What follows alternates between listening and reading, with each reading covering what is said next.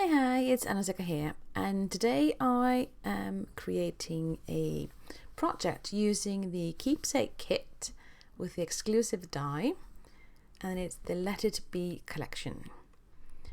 And these dies are absolutely gorgeous. Here I've cut out the hexagon part, or one of the hexagons, and the bees, and I'm going to be using the bees as individual bees. That's what I love about this die set. Now, I started off by cutting the background, which is a chipboard piece, because it's going to be a wall hanging, to 7¼ by 5¼ and I painted it black. Just used acrylic paint. And then the larger pattern paper piece is 6½ by 4½ and the smaller one is 6 by 4 inches. And I'm inking all the edges of the pattern paper with a black ink because I want it to match to the chipboard background. Oh, and I just used a regular acrylic paint for the background. Now, I wanted this project to be filled with dimension and textures and all that stuffy stuff. So I'm just using an old tool I have to ruffle the edges, make them look worn and torn. You can of course use your scissors for this.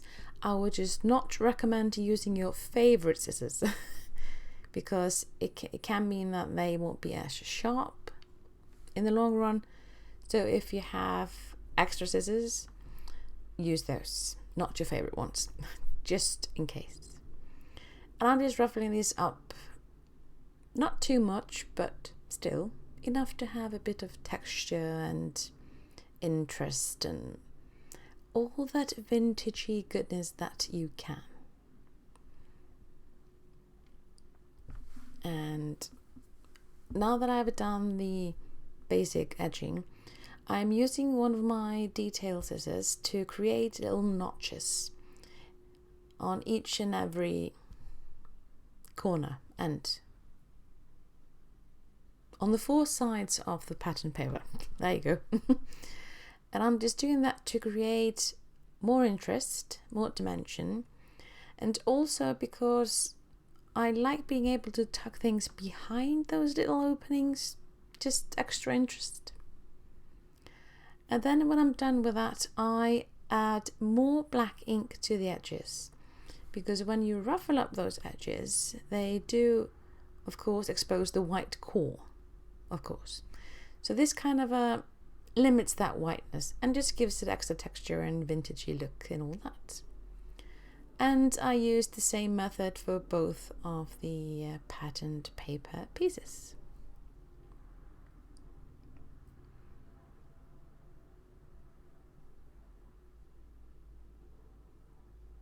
Now I'm just checking if these look all right, if the torn little edges match up and such. Now I have the black chipboard piece and I noticed I did not take good care in painting the edges. My fault. So I just picked a black marker, a permanent one. This is Copic marker. You can use whatever marker you have on hand, and just painted the edges so that they all look black through.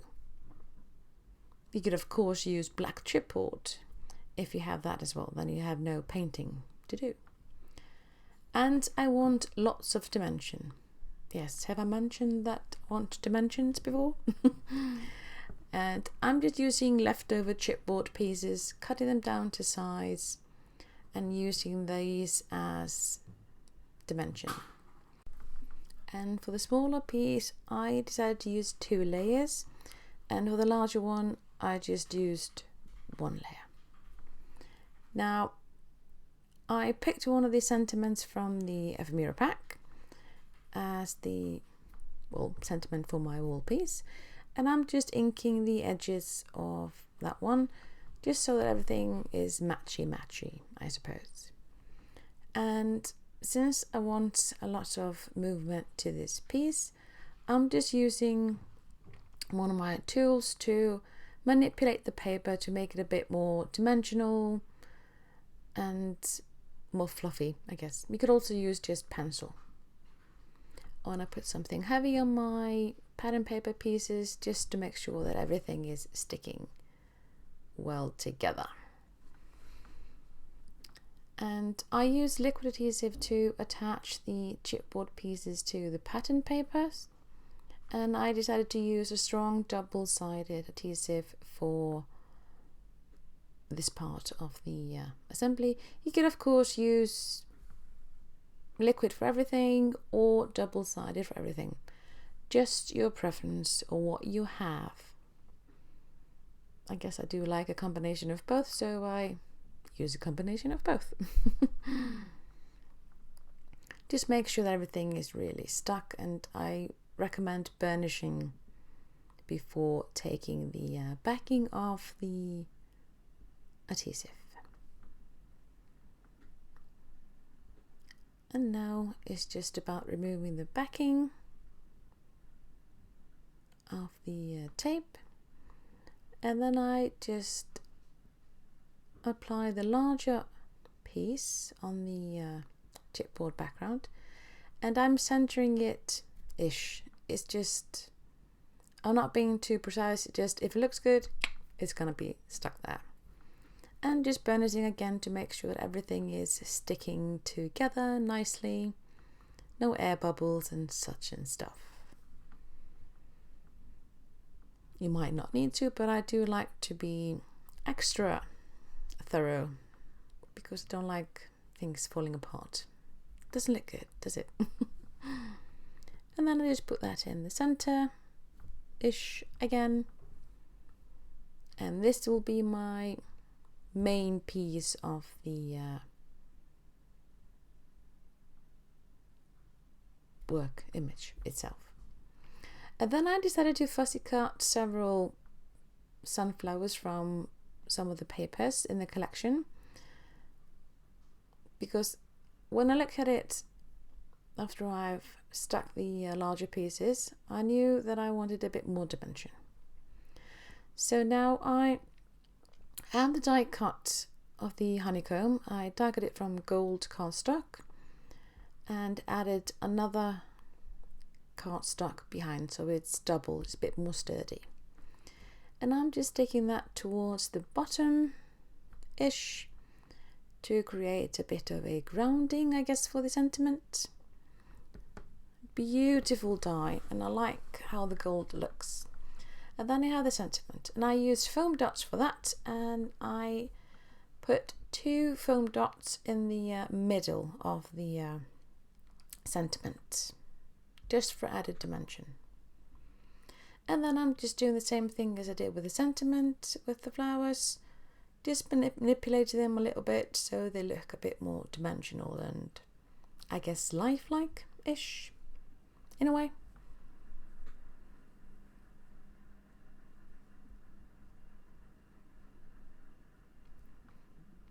Then I just need to place the sentiment where I want it. And I am not pushing the foam adhesive down firmly in the middle as of yet. I wasn't sure if I wanted the flowers to go behind that banner or not, so I wanted to have that option really. And I'm using 3D foam on the flowers as well.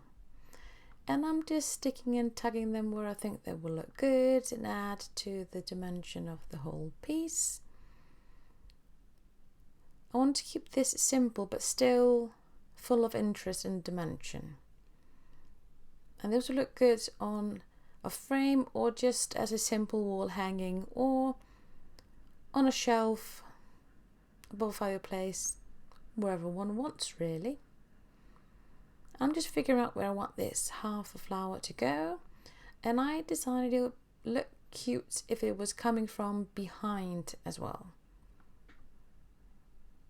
just to emphasize those torn and ruffled edges, I guess. And it's a fun thing with paper, you can always manipulate it, use your fingers and make it look more lifelike, dimensional or whatnot. And now I wanted a bit of sparkly bits. Now don't do what I do. Yeah, I have a big blob of gold misty bit. Now, do not open your bottle above your project. Just don't. But then again, I was like, okay, if I have a big blob of gold, I'll just put one of the bees there. I guess then it's decided for me that it has to be covered. But just don't do what I do. I really like how that gold adds a bit of shine to the project. I do love anything that sparkles, so any excuse really. I'm just blotting these because I don't want to wait for it to dry. And then I use black Prima mist as well. I do like black dots. You can do this with black paint and water. But I have this old bottle and I just love splatters. They do so much for a project. And remember that mistake I did at the beginning? Yes, I did it again. And at the exact same spot. I mean, hello? Oh God. I guess I do not learn. Now, and I'm just adding a bit more gold because I wanted tiny splatters as well, and I wasn't getting that with the nozzle bit. So I just used a paintbrush to help me get those tiny little bit of sparkliness around. It's not much, but it does add to the interest of the whole piece.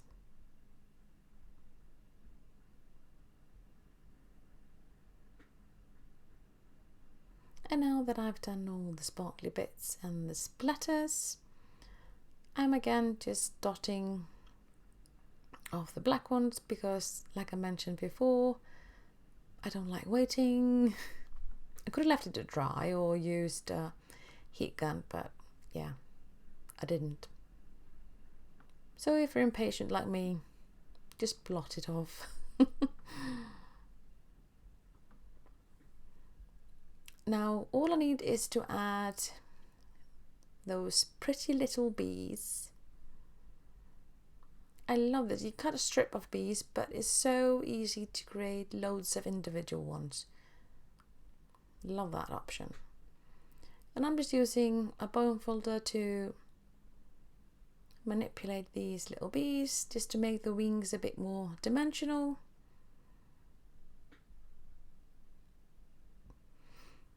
They do add a lot of interest. And then I just need to figure out where I want to place them. And obviously we want one bee in that gold blob that I managed to create 2 times. And just placing the other 2 on 2 different angles. And I'm just using liquid adhesive to stick the bees to the piece. It's easy and yeah, mess free, I guess. Little goes a long way, so just don't overuse your liquid glue because these are tiny little pieces. But they make such a difference to the whole thing and add such dimension and interest to that little simple piece.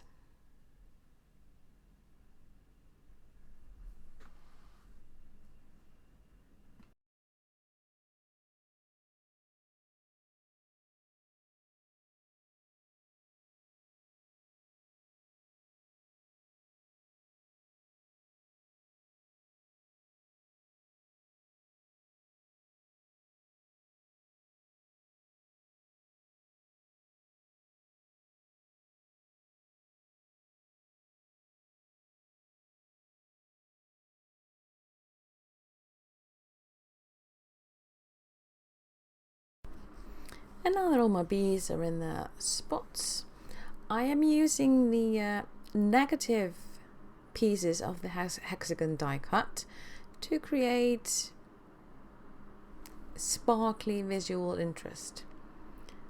So don't throw those away. Should have said at the beginning, but they are really like tiny little gemstones. So I really like how they add a bit of golden touch to the whole piece, and also connect the hexagon to the or the bottom hexagon piece to the rest of the wall piece. And the best thing about these is that I can tuck these behind those spots that I forgot the word, where I made those folds in the pattern paper, so they look like they're coming from behind. I love that. So when you die cut, make sure that you don't throw these away, because these look so good as little gem pieces or visual interest, sparkly bits all over without the effort. Love that.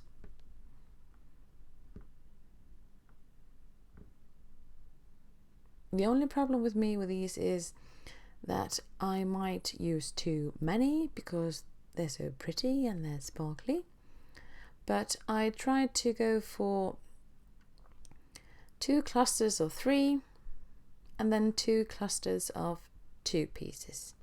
So it wouldn't be too much of a distraction, but it should aid the eye to go a certain way when they look at that piece.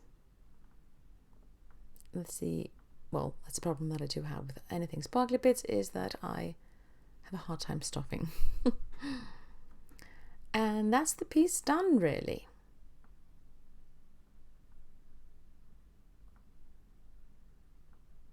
Such a fun thing to do. Quick, simple, easy, but pretty. Love those kind of projects. So thank you so much for watching. Bye.